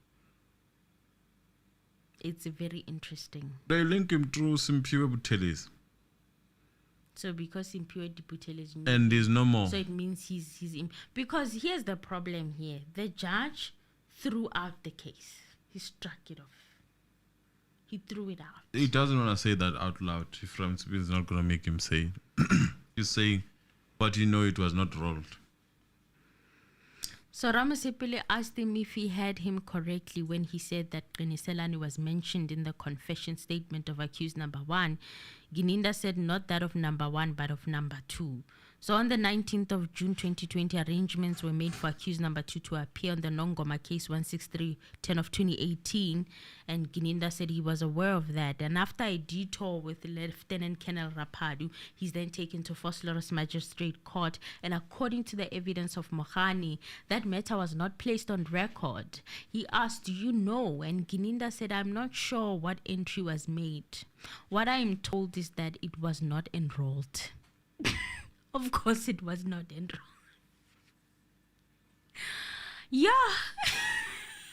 And it was not enrolled. So Ramasepele then says, subsequent to the matter not being placed were there any efforts made to make sure that accused number 2 was indicted to appear on that Nongoma case to date? So Gininda said no. He thinks he dealt with this part when they dealt with the evidence in chief, that because there were a number of dockets involving these accused collectively, now he's placing them in one basket, collectively and individual, he then took a decision that perhaps then the right approach would be for them to investigate all these dockets that are not currently on the roll. present them to the DPP for centralization purposes. Otherwise, he said they were looking at a situation where they would be moving with these accused to different provinces, which will have cost impairment and also risks. Remember the judge speaking about something like this when that Nongoma case popped up earlier on in the trial, within a trial. Yes. Now Brigadier Gininda is using it. He's talking about it being, it's much easier to have a trial in one area, even if an accused has been doing crimes in multiple places and provinces. You centralize. Do you guys remember that? Now I remember it. I was like, ooh, straight from the judge's mouth. So the decision was then taken by him, placing the accused as in transit in Fosleras because it is allowed. He's saying it is allowed to place the accused in transit. He said they then transferred the matter to Nongoma. From the briefing that he got, he seems to be concerned, or there seem to be concerns as to what needs to be done.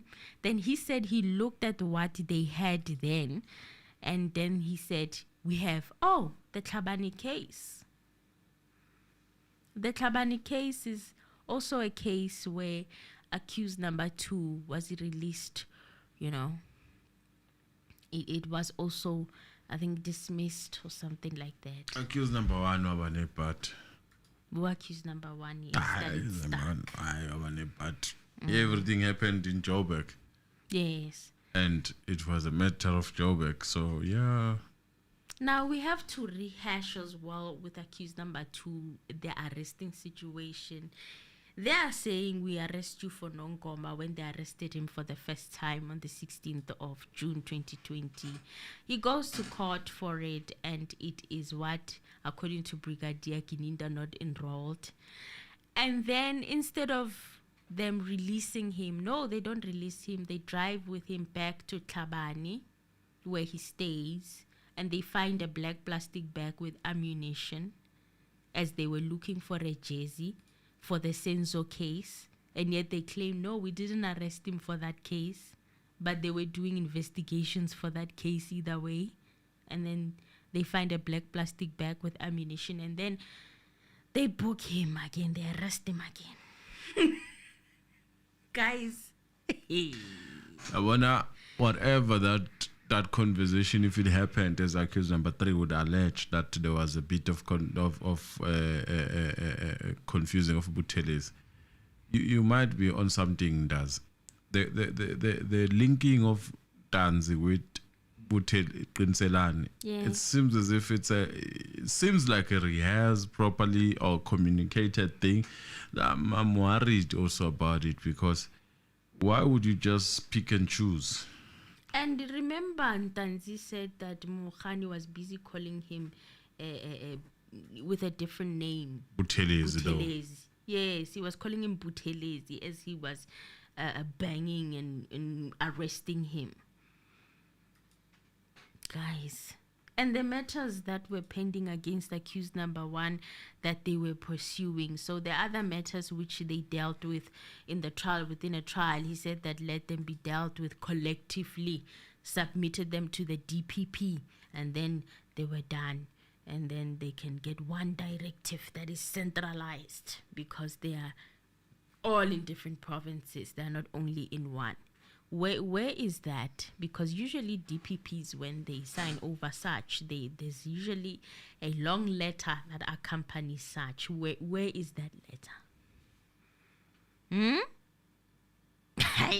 So Gininda confirmed also that Qiniselani has been convicted on the Nongoma matter, and he said he also knows that he's facing other matters. Ramasipili said accused number 2 has already told the court that if needs be, he can do so again, that he was arrested on the Senzo Meyiwa case and not Nongoma case. And Gininda said if you look at the current book when he was detained on the 16th of June 2020, clearly states the case of Nongoma and the notice of rights then for Nongoma case. He was only processed for this matter on the 26th of June 2020. From as far as you could tell from even the police officer Shiomogani who testified, the conversation and interrogation and investigation that was happening in the boardroom had nothing to do with Nongoma case. It was all Senzo's case, right? He even said, if I was there, I would jump into Senzo's case because they were already implicated. I don't understand why he's denying some of these things. I don't know. Mautwane Africa Jabadi, thank you very much. Thank you. It just makes him look like a liar. It makes him look like a liar. I don't understand why. There's some things that he doesn't need to deny, but he vehemently denies, and they're not helping, And Ramasipili said, accused 2 will further tell this court that he does not know Qiniselani Buthelezi at all. Gininda said, I don't know how I should answer that because, like I said, Sergeant Mohani was seized with that matter.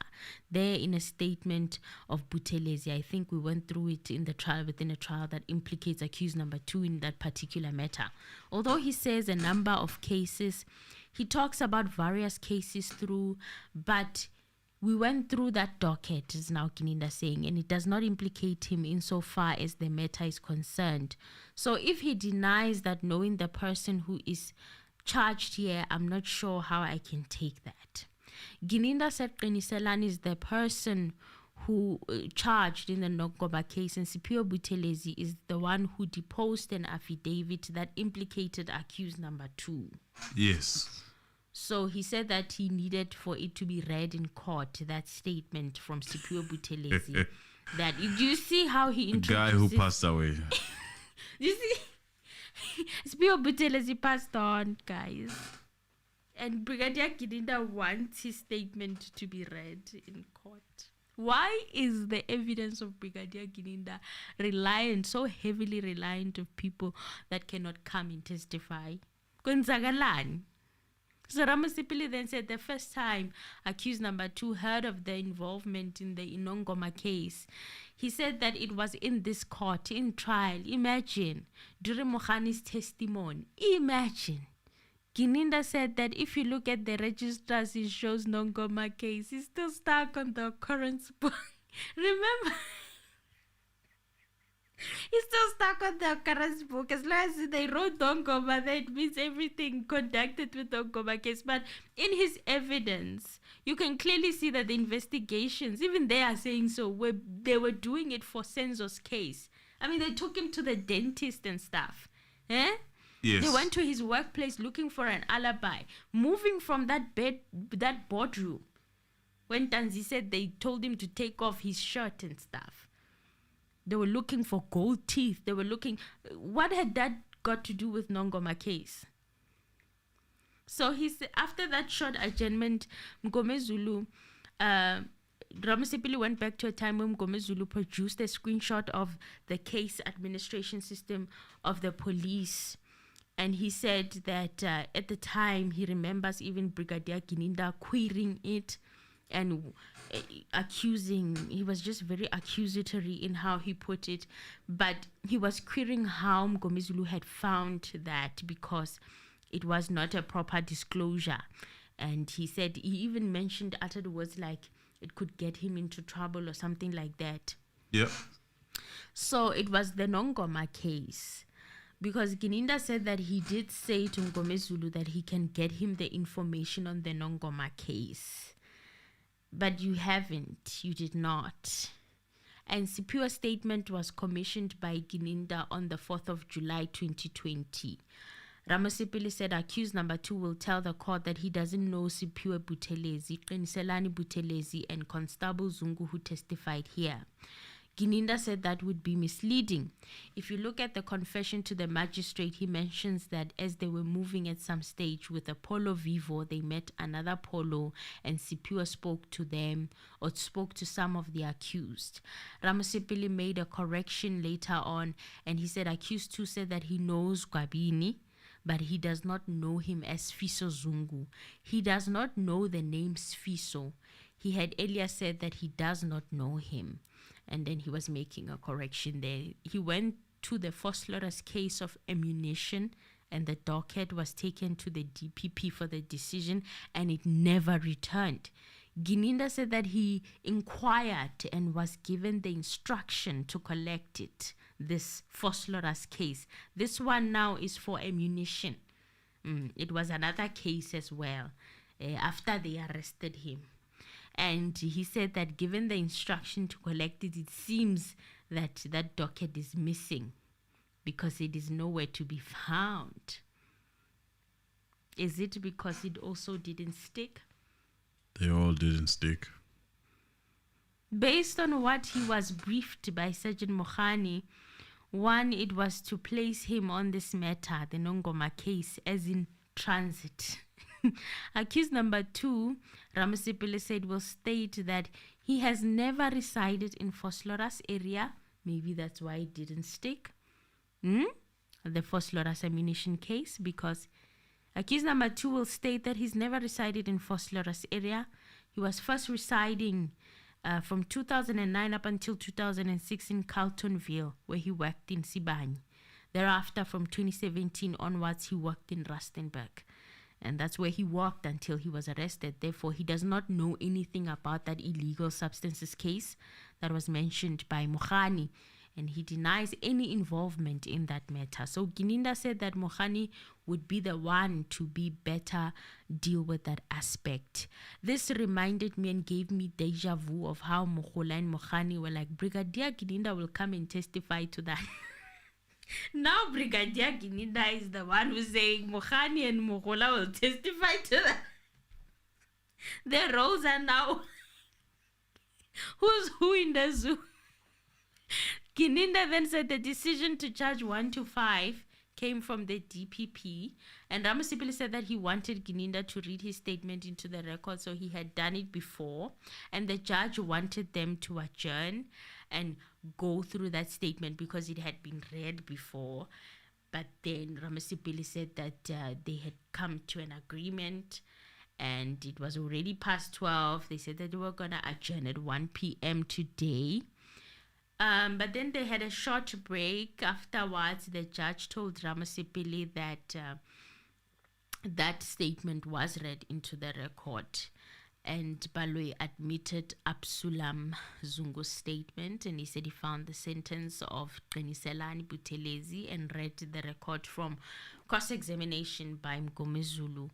He read the sentences for each charge that Qiniselani got. I heard a life sentence.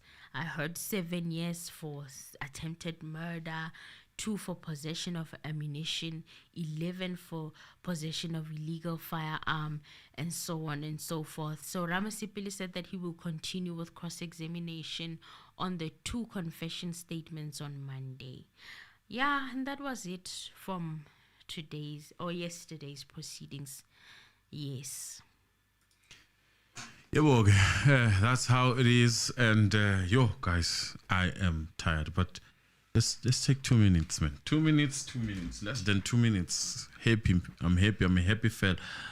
Your opinion? Yesterday, Ramasipili did way better. It's a very improved a way of dealing with things. 2 minutes calls. What are you saying? Plus, before you call, please like the video. Ntanzi, hello. Ntanzi, hello.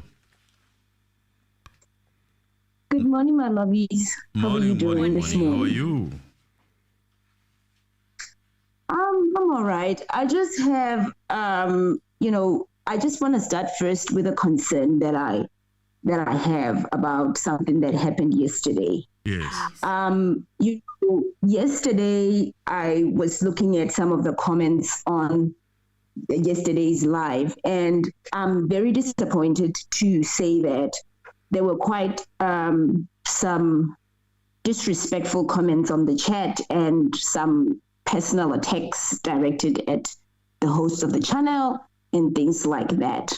Okay, I think that you guys yesterday struck a lot of nerves by criticizing Ramasipili. Okay, Ramasipili is not beyond reproach. Okay, we all watch, and we all have different perspectives, and we form very different opinions based on what we watch. Yes. We are not homogeneous. We are not a homogeneous community of people. Yes. We have our own brains. We make our own decisions, right? Yes. But at the end of the day, a lot of the people that convene every night in the morning or whatever time on this channel, most of us are in agreement, right? That is why we show up here. But then there are people that do not agree with some of the sentiments that I shared on the channel. And yesterday, there were some family members who also did not agree with some of the sentiments that were put forward by my brother and my sister on the channel, right? And we are family, and it's okay. We don't always have to agree. No. But my issue here is the disrespect and the disdain that is directed to the family members of this channel, whether it's the host or other siblings that are making comments on there. Yeah. And I just want to put this forward here that I, as a family member, I'm not going to tolerate any disrespect from anybody. I'm sorry that I have to say this, and but I just feel like it needs to be said. I'm not going to tolerate any disrespect towards anybody on the comment section on this channel whatsoever. And we are happy for people to come here and convene and partake and be part of us and be here and give their opinion. But if you feel like this channel is not for you, the way things are done here, it's okay. Adios. Bye-bye. Bon voyage. It's okay. You can go somewhere else. There's lots of other channels that do things the way they do them. And if you are happy with what other people are doing, go there and participate and do your thing there. But please don't come onto our channel and bring disrespect. Okay? That's what I have to say. Because our vision here is different. Our vision is different. We do things the way we do, and nobody is beyond reproach. We will criticize Judge Rata. We will criticize any of the defense counsels if we feel like they're not doing what they're supposed to be doing. Yes. Right? Please. So, if you don't like it, it's fine. But don't disrespect us. Don't bring crass behavior onto our channel because it's not tolerated. Okay? Yeah. Now, that's all that I wanted to say. And that out of the way. I know that it's late and you guys need to go to bed, but I just needed to say that because it's really important that there's some kind of, we have like rules of engagement. We have some boundaries, and we do housekeeping on the channel. Yes. All right? Yes. So now, that out of the way and back to the trial. Yes. I was just curious yesterday. I was listening and I thought maybe my ears didn't really tell, maybe I didn't hear properly. Did that guy say the deceased father mentioned accused number 4? Yes. Because I was shocked. He did. And the look on Numalo's face was of disgust. He was shocked and he was disgusted. Yay. Like, where is this coming from? And the problem with this guy, this so-called self-appointed lead investigating officer, the problem with him is that because he is a movie director and he has written a script, yes, when he comes into court, he over-explains things because he's trying to stay on the script. That is why even when he's asked a question, he doesn't. He just takes a different trajectory. He goes off a tangent because he's trying to stay on the script. Because remember, state witnesses, they sit together with the prosecution and they rehearse. Yeah. They look at statements and then the prosecution then makes a prediction about the questions that they may be asked. And then they say, if this is the question that they ask you, this is how you should be responding, right? But then sometimes the defense throws a spanner in the works and things don't go according to the way the prosecution predicted or assumed things were going to go. So when a question is asked, it throws him off. Instead of just saying yes or no, he then wants to give an explanation that has got nothing to do with anything because he's trying to stay on the script because there's a script that he's supposed to stay on. That is my opinion, and that's what I think is going on here. And then my next question. Zungu suspected on the 26th of October 2014 that something fishy was going on. Yes. He placed himself at the hostel. He's saying that those guys came running in and they looked suspicious, and he knew about the death of the deceased on that same night, right? So if he suspected that these guys could have been linked to that murder on that night, he kept quiet for years. He didn't say anything. So was he scared from the 26th of October 2014 until the time that he actually contacted whoever he contacted at STEP's head office and said, hey, I've got information? That's what I'm trying to find out, right? And then if there was a 375 case that was opened and it hit a dead end, let's say it hit a dead end. These guys, the investigating officers didn't get anywhere. And then they bring this Mr. 2% and say, hey, we've hit a dead end. Can you please take over now and investigate and get to the bottom of this thing, right? As he said, it was a cold case, right? Yes. The first place where this guy was supposed to start, was this guy not supposed to then go to that 375 docket, have a look at it, look at the statements, look at what was done and what was missing? And then he should have gone back and re-interviewed the people whose statements were already in the docket, spoken to other people, and continued with that same docket 375. Basically, they were supposed to bring it to life, not to open a new docket. But then they went and they opened a new docket. So now my thing here is this. I suspect that, or it's really not a suspicion, but it's my opinion. I'll say it's an opinion and I'll say allegedly, but we can all see what's going on. I think that some people were trying to score some political points for themselves, right? Yeah. And they wanted to be heroes who actually got to the bottom of this thing and got this thing resolved, and they wanted to be heroes to the Meyiwa family.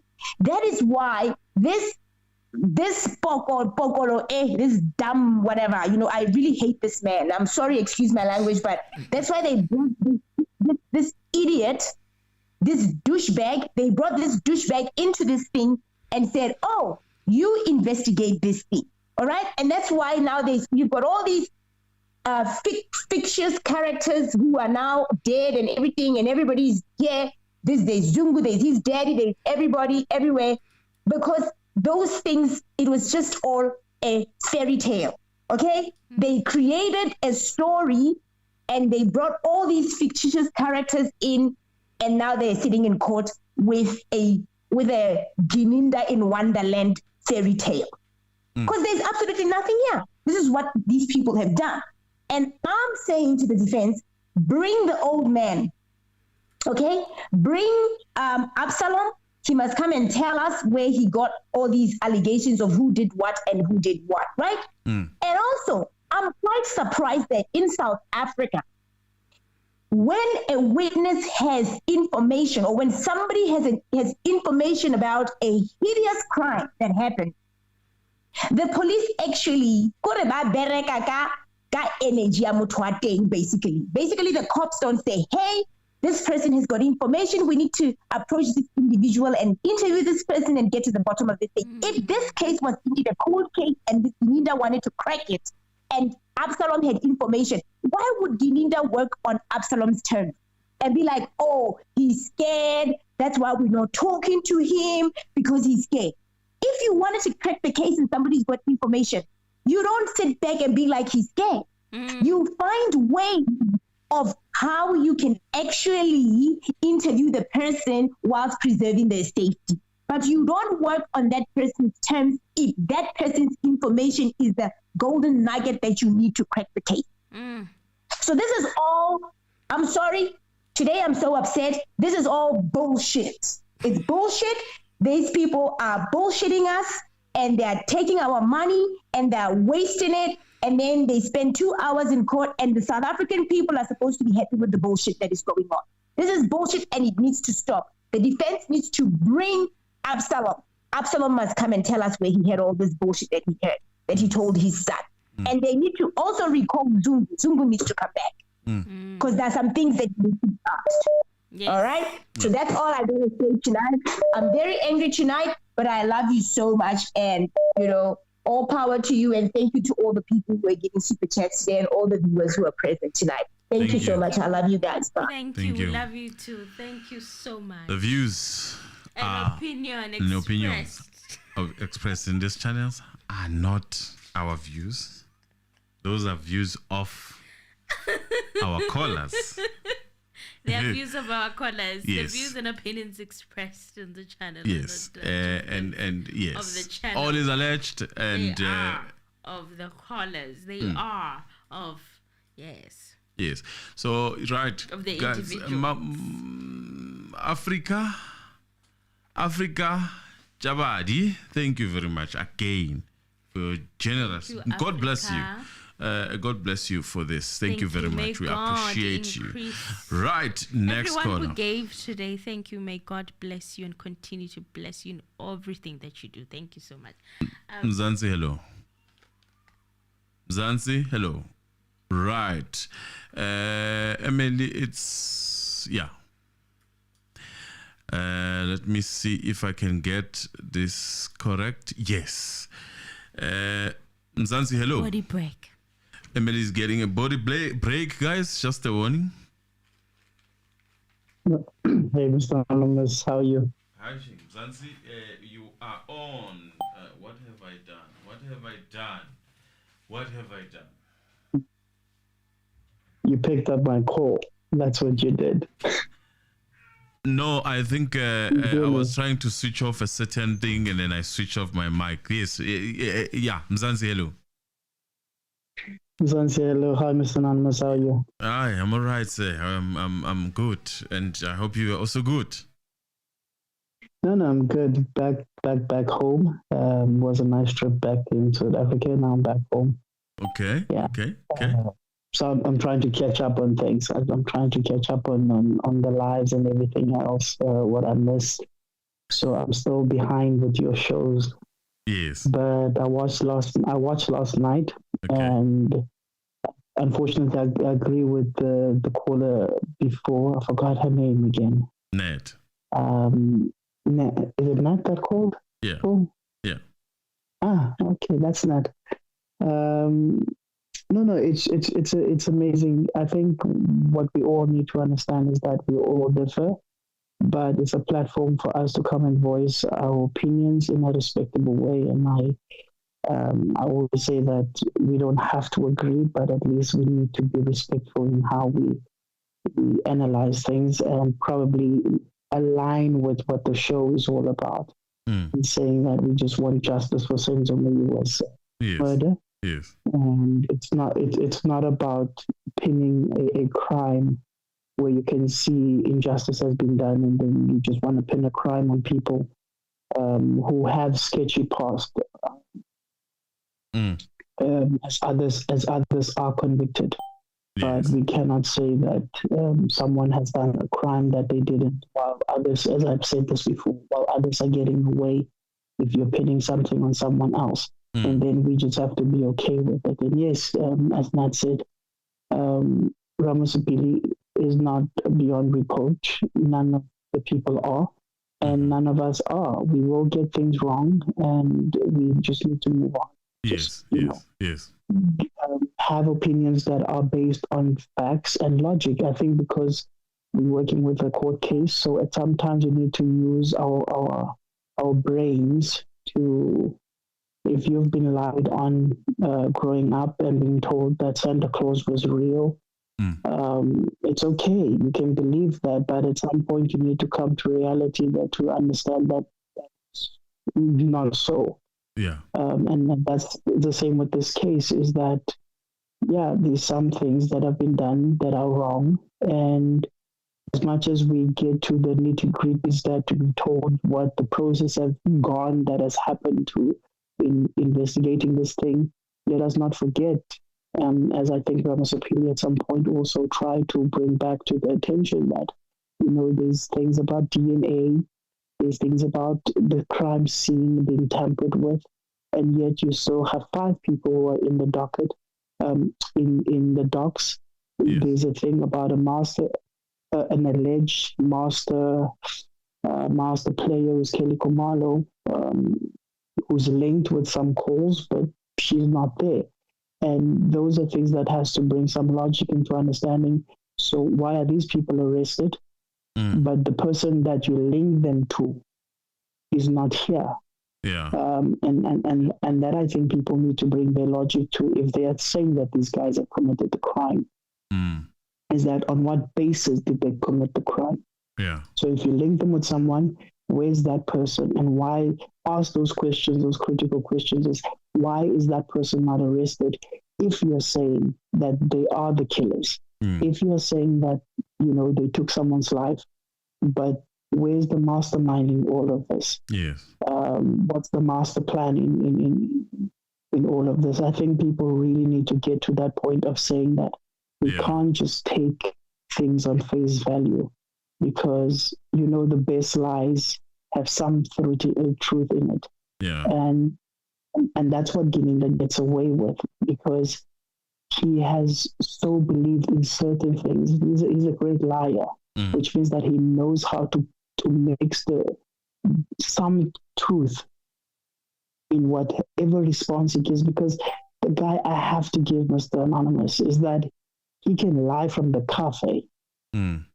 Because he's very quick and witty to lie, and to always have a response to something.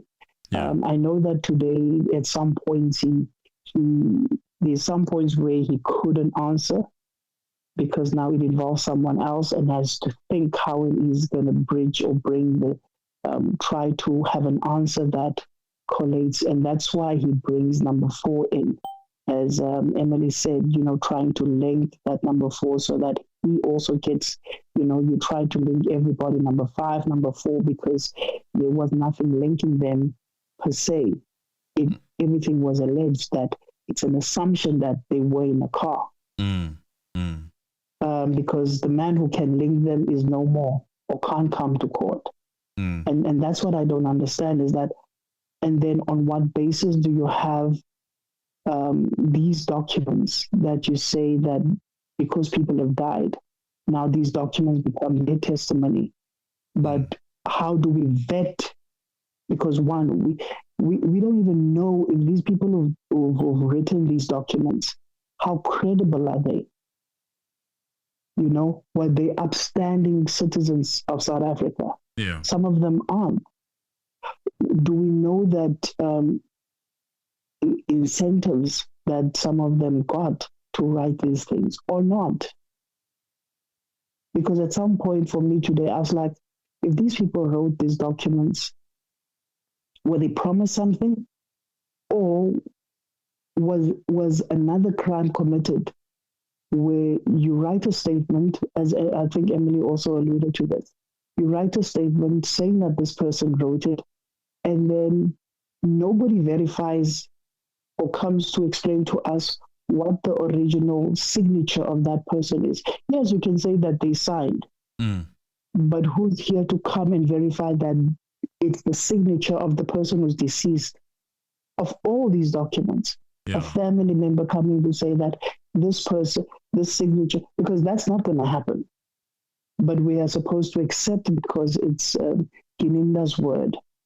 And you would have a judge coming in to defend again only when it suits Gininda that he remembers certain things. And that's the sad part once more, that it comes back to, we will have the situation of he's writing his document. And I think Emily said it last night that, he's finishing his document, his judgment, and he's just asking those questions. So it seems like he did ask those questions in court, to have some of his own clarity in how this case, in how he would write his judgment. No, I asked this question and I find you guilty based on my question that I asked and the answer that I got, and nothing else I wanted to know. Yeah. And that for me is very heartening, because you're like, this is just a Congo report, and we just need to mention it, to put it as bluntly as that, is that these are men who are falling for someone else's crime, And yes, taxpayers' money is being misused. Yeah. And I hope that the president, after making a family meeting about a serious issue in South Africa currently, that this case would probably be one as well, because it's we need our police to be beyond reproach, and our courts. Yeah. But I've said it 20 times. But it's nice to be on air again with you guys. I just wish you all the best and great strength to you guys. And whatever we say at times, or loyal people to this show, hopefully won't say things that are hurting to you guys. Yeah. It's just people who find an opportunity to say their nonsense and spew their nonsense.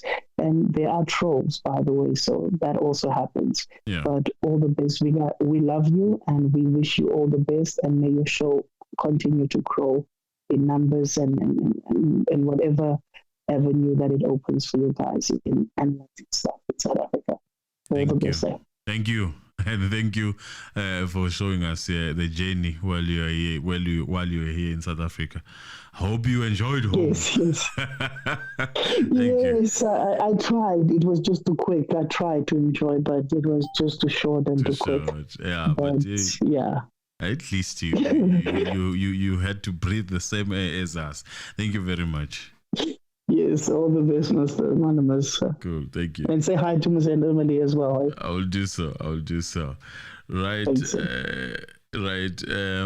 Yeah, we are here now. And guys, just to clarify something that I saw on your comments. Yes, 636 is the main docket. That is the docket where the allegation of a missing statement comes from. Then 375 was born. Right. I'm just want to clarify that part. And yes, please keep the comment section as friendly as it can. Yes, do disagreement. We don't mind you disagreeing, but don't be calling my big head, for example, or something like that. Not that you see me. I'm just saying things like that. Just don't attack a person who's arguing with you. Just attack the argument itself with the respect. That's all we want, and everyone is welcome. And we do have moderators that we have put here, and if we cannot override them most of the time. If they decide that you are out of order, that means they've really viewed you, and they viewed you as such. So me now on my side, I don't put my emotions on what happens here. In terms of the comments, everyone comments. Normally other channels would delete you and block you. I say, let's go. If you I listen to what you are disagreeing on and try to block the insult. Mzansi, hello. Hi, Mizano. Hi, sir, how are you? Hello, can you hear me? Yes, I can hear you, sir. I can hear you. You can shoot. Okay, no, thanks. I will be quick. I know it's getting late now. Okay. Not a problem. Mr. Ano, I just had 1 or 2 points. The investigating officer says accused 4 was already a suspect based on the previous investigation. And some scribbles, and Senzo's father is the one who was identified as a suspect. My question will be like, how did Senzo's father do his investigation to the extent of getting to know where accused 4 comes in? Yeah, that's one. And then 2, Senzo Zungu. I'm trying to run away from calling Gwabini. My understanding now is Zungu is Gwabini. Anyone who's Zungu is Gwabini. So I want to use names. Yes. So that is specific. Yes. Senzo Zungu, he himself, he says, I was with these guys. And he tells Makubo, Leshabane, he tells them before he meets Gininda, he says, I was with these guys.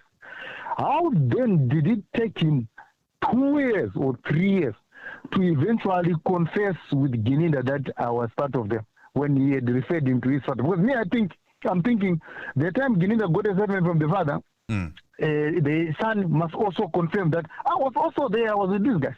So, Mr. Arno, I agree with you. The main person who was supposed to give this whole evidence before Caesar came in, I think it's Gwabini. And something happened with Gwabini, and then they tried to find a backup plan. It's my allegation, of course. And then my other point is, today was a very short day. We only worked until lunch, but it had a lot of names that were being dropped there. You even wonder what is going on. Ntanzi, I'll go to Ntanzi. Ntanzi, my question, Mr. Arno, has Ntanzi ever set his foot at Nongoma for the court case? At a Nongoma case, whatever that case it is. No. Has he ever set his foot on that court case? No, it was thrown out here in Joburg, He has never. That's why he's even shocked by the court case when it's being said about him. And they even spent time to go and start reading what was the conviction for the guy who was convicted in Nongoma. But my question is, I'm not a lawyer. Was he ever brought to Nongoma case to say you are a suspect here? No. No, only in Gininda's eyes that he's a suspect in Nongomas. And you can see that they were just trying to roam around. This guy, they say we arrested him on Nongoma. Ask them, what did you ask him about Nongoma? Nothing. They were asking him about Senzo's case. They even took him to his place in his house to look for Woody. It was everything about Woody. They took him to the boardroom. They took him to Soweto, whatever, trying to make a confession. It was all about Senzo's case. But today they come and say, oh, in the OB book it says it's Nongoma case. What did you investigate about Nongoma case? About Ntanzi? Yeah, it will come to nothing. And up to now, we'll even spend a long day or another 2 weeks about this Gininda guy. I know, Emily, you might confirm with me, he's a very difficult guy to follow. Because when he's asked this very simple question, when did you take the statement for Senzo Zungu? You go on and talk about accused for in that whole sentence and say, okay, please, it's a date, man. It's just a simple date. It says May 2023 or whatever date it is. You just say that date. Or you just scribble to the notebook and confirm the date. But he goes and explains a lot of things that are even unnecessary. I don't know. I always forget this point. Sorry, Mr. Ano, I'm jumping all over. Problem. There was a day when I made my own judgment about the judge. Is the day when they were having an argument on who's supposed to comb Gomezulu. Gomezulu was sick, he was at home. And then they said who's supposed to go, and then they said Numalo must call him. And they had to adjourn for 15 minutes so that they can comb Gomezulu and forward him some emails. That is the day I made my conclusion that this judge is not capable of analyzing the evidence that is being put in this court. Yeah. Because the guy could not even understand how you forward an email. He was even saying, don't you go to your computer? And then me, I'm just thinking, isn't it Mubalo sitting with this phone and then just forward? Doesn't mean adjournment.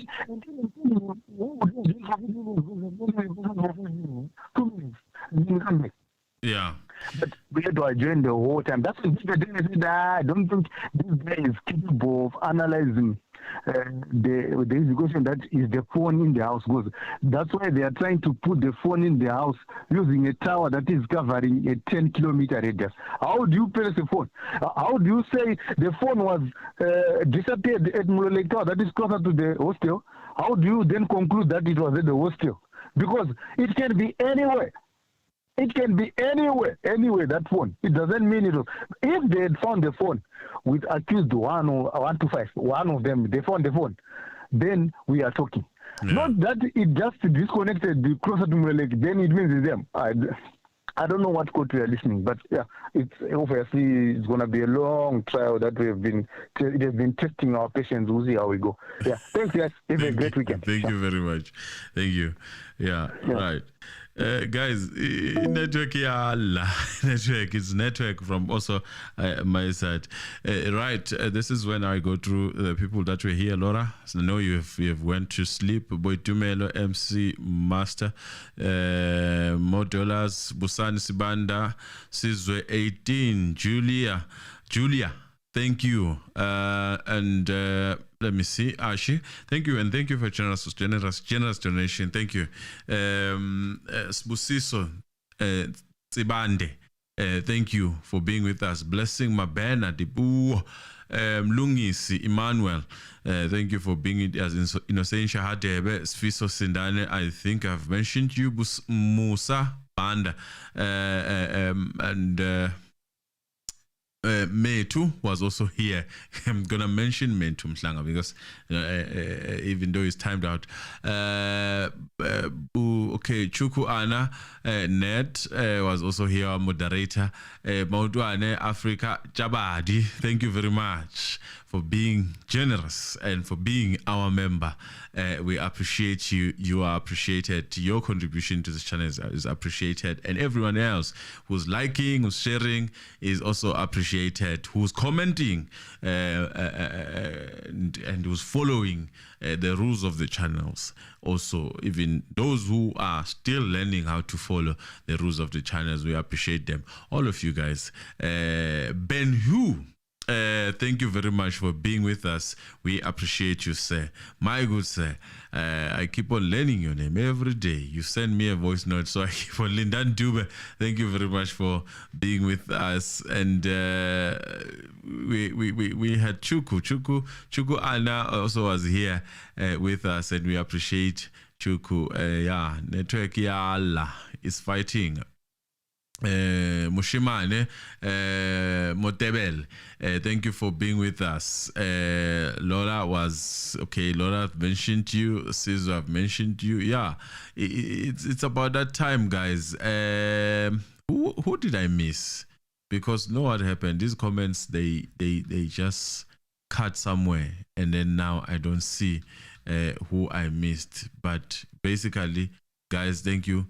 And I think I called out someone who I was supposed to call because most of the time I forget to call that person as it is alleged. So I did my best on that side as Emily was shouting at me.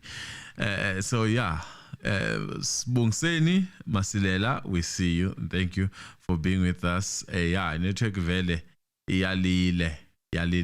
Network was fighting. David Orlando, thank you very much for being with us, and we appreciate you guys. We appreciate all of you. May God bless you. May you have a nice weekend. Lady C, thank you. May you have a nice weekend. Enjoy your weekend, safe one, and don't do what I wouldn't do. And so that we come back to this channel and contribute as much as you are, liking, commenting, subscribing, doing everything. We appreciate you. We love you. Thank you to our moderators, and thank you to our members. Thank you to subscribers, non-subscribers.